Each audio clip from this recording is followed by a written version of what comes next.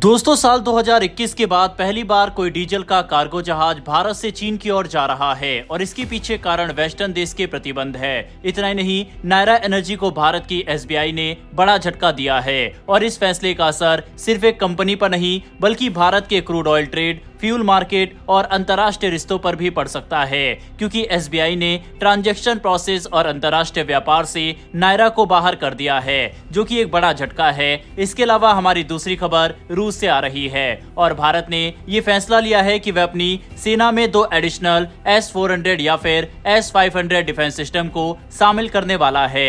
दोनों ही खबर काफी इंटरेस्टिंग है, इसीलिए वीडियो को अंत तक जरूर देखिएगा। तो चलिए शुरू करते हैं इस वीडियो को। नायरा एनर्जी का नाम आपने सुना होगा। ये वही कंपनी है जिसे 2017 में रूस की सबसे बड़ी ऑयल कंपनी रोसनेफ्ट और उसके पार्टनर्स ने खरीदा था। उस समय इसने इसार ऑयल का मशहूर वाडिना रिफाइनरी अपने हाथ में लिया था, जिसकी क्षमता 2 करोड़ टन सालाना है। आज नायरा एनर्जी के पास पूरे भारत की लगभग 8% रिफाइनिंग क्षमता है और देश भर में इसके 6500 से ज्यादा पेट्रोल पंप है। ये कंपनी बिल्कुल रिलायंस इंडस्ट्री की तरह काम करती है, यानी कच्चा तेल विदेशों से लाकर उसे प्रोसेस करके पेट्रोल, डीजल और दूसरे फ्यूल प्रोडक्ट बनाना और फिर उन्हें भारत समेत यूरोप और मिडिल ईस्ट के बाजारों में बेचना। लेकिन अब एसबीआई के ताजा फैसले के बाद इसका कारोबार मुश्किल में आ गया है।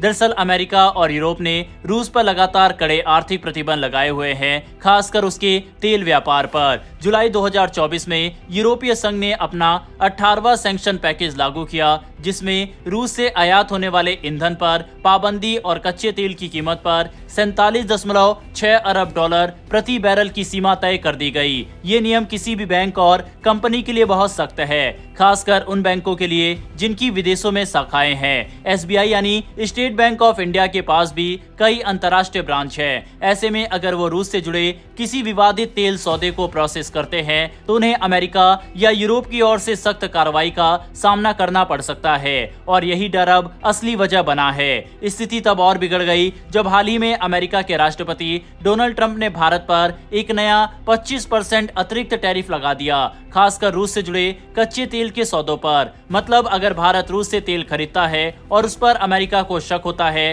तो अतिरिक्त टैक्स और पेनल्टी का सामना करना पड़ेगा। ऐसे माहौल में एसबीआई ने तय किया कि वो नायरा एनर्जी के अंतर्राष्ट्रीय व्यापार और फॉरेक्स ट्रांजैक्शन प्रोसेस नहीं करेगा, यानी विदेशी सप्लायर को पेमेंट, डॉलर में लेन देन और अन्य अंतर्राष्ट्रीय बैंकिंग सेवाएं सब पर रोक। बैंक ने साफ कहा है कि ये कदम उन्होंने खुद उठाया है, सरकार ने कोई डायरेक्ट आदेश नहीं दिया। अब समस्या ये है कि जब देश का सबसे बड़ा पब्लिक सेक्टर बैंक किसी कंपनी के लिए ये सर्विस बंद कर देता है तो बाकी बैंक भी रिस्क नहीं लेना चाहते। इसका मतलब है कि नायरा एनर्जी के लिए विदेश से तेल खरीदना और उसका पेमेंट करना बेहद मुश्किल हो जाएगा। ब्लूमबर्ग की एक रिपोर्ट के मुताबिक नायरा एनर्जी अब सरकार से मदद मांग रही है। कंपनी चाहती है कि उसे यूको बैंक से जोड़ा जाए ताकि वहां से अंतर्राष्ट्रीय ट्रांजैक्शन हो सके। अगर आपको याद हो तो यही यूको बैंक पहले ईरान से तेल खरीदने के लिए इस्तेमाल किया गया था, जब ईरान पर भी कड़े अमेरिकी प्रतिबंध लगे थे। यूको बैंक का फायदा यह है कि इसका विदेशी बाजार में बहुत कम दखल है, यानी इसके ऊपर अमेरिका या यूरोप की पेनल्टी का खतरा कम है। लेकिन ये कितना कारगर होगा ये अभी कहना मुश्किल है, क्योंकि मौजूदा हालात में रूस से जुड़े हर सौदे पर ग्लोबल निगाहें टिकी हुई है। अगर ये संकट लंबा चला तो नायरा एनर्जी के रिफाइनिंग ऑपरेशन पर सीधा असर पड़ेगा और चूंकि ये कंपनी भारत की कुल रिफाइनिंग क्षमता का 8% हिस्सा संभालती है, इसका असर पेट्रोल डीजल के सप्लाई चेन पर भी पड़ सकता है। इसके अलावा रूस भारत के एनर्जी ट्रेड पर भी दबाव बढ़ सकता है। कुल मिलाकर एसबीआई का ये कदम एक तरफ अंतर्राष्ट्रीय कानूनों और सैंक्शन के पालन के लिए जरूरी है, लेकिन दूसरी तरफ ये भारत के रूस से होने वाले तेल व्यापार को कमजोर भी कर सकता है। आने वाले समय में देखना होगा कि सरकार इस मामले में कैसे संतुलन बनाती है। एक तरफ अमेरिका और यूरोप के नियम और दूसरी तरफ भारत के लिए सस्ती ऊर्जा का बड़ा स्रोत बना रूस। इसके अलावा नायरा से एक और महत्वपूर्ण खबर आ रही है कि साल 2021 के बाद पहली बार भारत से डीजल का एक कार्गो सीधे चीन जा रहा है। ये डीजल नायरा एनर्जी की ओर से भेजा जा रहा है, लेकिन इसकी कहानी थोड़ी पेचीदा है। 18 जुलाई को ईएम जेनिथ नाम का जहाज गुजरात के वाडिनार पोर्ट से करीब 4.96 lakh barrel ultra low sulphur diesel लेकर रवाना हुआ। शुरुआत में इसकी मंजिल मलेशिया थी, लेकिन अचानक यूरोपीय संघ ने रूस समर्थित नायरा एनर्जी पर नए प्रतिबंध लगा दिए। इसका असर ये हुआ कि कई नायरा के कार्गो समुद्र में ही फंस गए। EM जेनिथ भी स्ट्रेट ऑफ मलक्का में करीब 12 दिन तक खड़ा रहा, लेकिन अब इस जहाज ने अपना रास्ता बदल लिया और इसकी नई मंजिल है चाइना। प्रतिबंधों के कारण नायरा एनर्जी को हाल ही में भुगतान लेने में दिक्कत आ रही है। अब कंपनी ग्राहकों से शिपमेंट लोड करने से पहले ही अग्रिम भुगतान या लेटर ऑफ क्रेडिट मांग रही है। इतना ही नहीं, कच्चे तेल की सप्लाई में रुकावट आने से वाडिना रिफाइनरी में उत्पादन भी घटाना पड़ा है। यानी एक तरफ रूस पर दबाव बनाने के लिए यूरोपीय संघ नए नए कदम उठा रहा है, तो दूसरी तरफ भारत से चीन को ये डीजल डिलीवरी एक दिलचस्प मोड़ ले चुकी है। बहरहाल इस खबर पर अपनी राय कमेंट बॉक्स में लिखकर बताइएगा। बढ़ते हमारी अगली खबर की तरफ। भारतीय वायुसेना ने हाल ही में अपने एयर डिफेंस नेटवर्क को और मजबूत करने की बड़ी योजना बनाई है। वजह है ऑपरेशन सिंदूर, जो मई 2025 में हुआ था। इस ऑपरेशन में भारत के S-400 एयर डिफेंस सिस्टम ने इतिहास रच दिया। S-400 ने पाकिस्तान एयरफोर्स के एक अवेक्स विमान, जो कि दुश्मन के हवाई रडार सिस्टम का दिमाग माना जाता है, उसको 300 किलोमीटर दूर पाकिस्तान के हवाई क्षेत्र में मार गिराया।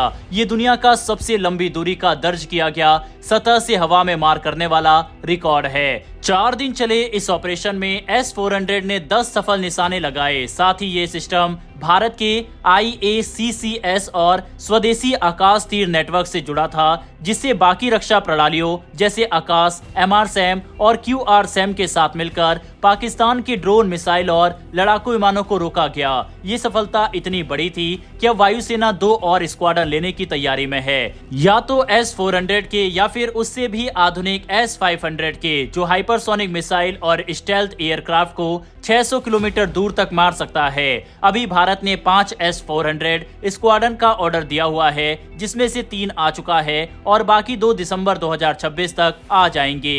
ये सिस्टम पंजाब, राजस्थान और LAC पर तैनात है। अगर 2 और स्क्वाड्रन मिलते हैं तो 2027 से 2029 के बीच इनकी तैनाती हो सकती है। दिलचस्प बात यह है कि भारत का अपना स्वदेशी कुश एयर डिफेंस सिस्टम भी 2027 से 28 में आने वाला है, जिसकी क्षमता S-400 जैसी होगी, लेकिन इसे खास भारत की जरूरतों के लिए बनाया जा रहा है। कुल मिलाकर S-400 और आने वाले S-500 भारत की रक्षा ढाल को और मजबूत करेंगे, ताकि पाकिस्तान और चीन दोनों की तरफ से आने वाले खतरे समय रहते नाकाम किए जा सके। बहरहाल दोस्तों, इस वीडियो में इतना ही। अगर आपने इस वीडियो को यहाँ तक देखा है और आपको डिफेंस, वर्ल्ड अफेयर्स और फॉरेन पॉलिसी से जुड़ी वीडियो देखना पसंद है, तो मेरी एक छोटी सी रिक्वेस्ट है कि नीचे दिए गए सब्सक्राइब बटन को प्रेस कर बेल आइकन को जरूर दबा ले, जिससे हमारी डेली ऐसी वीडियो आप तक सबसे पहले पहुंच सके। फिर मिलेंगे ऐसी एक नई वीडियो के साथ। धन्यवाद। जय हिंद, जय भारत।